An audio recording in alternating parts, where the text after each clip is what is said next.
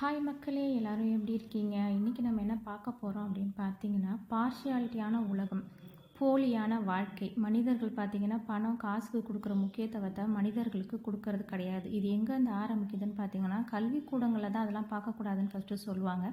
இப்போ பார்த்தீங்கன்னா, ஸ்கூல்லையே கிறிஸ்டின் ஸ்கூலில் சேர்த்துட்டிங்கன்னா, அந்த கேட்டகரி பசங்களுக்கு மட்டும்தான் ஃபஸ்ட் ப்ரிஃபரன்ஸ் கிடைக்கிது. நம்ம பசங்க என்ன தான் படித்தாலும் நம்மளை டாமினேட் பண்ண தான் பார்க்குறாங்க.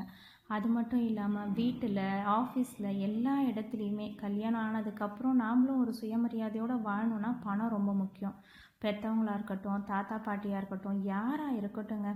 அவன் அந்த இடத்துலேருந்து வந்திருக்கான்ப்பா, அவன் வெளிநாட்டிலேருந்து வந்திருக்கான், நீ கொஞ்சம் அட்ஜஸ்ட் பண்ணி இருந்துக்கப்பா, அவன் இதெல்லாம் பழகுனதில்லை, அவனுக்கு கொஞ்சம் விட்டு கொடுன்னு பிள்ளைங்க கிட்ட சொல்கிறதும், அந்த பிள்ளைங்கிட்ட சொல்லலாம்ல, இங்கே இப்படி தான் வளரணும்ப்பா அப்படின்னு சொல்லலாம்ல. அதோடு இல்லாமல் பெற்ற பிள்ளைங்கக்கிட்டேயும் காட்டுறாங்கங்க.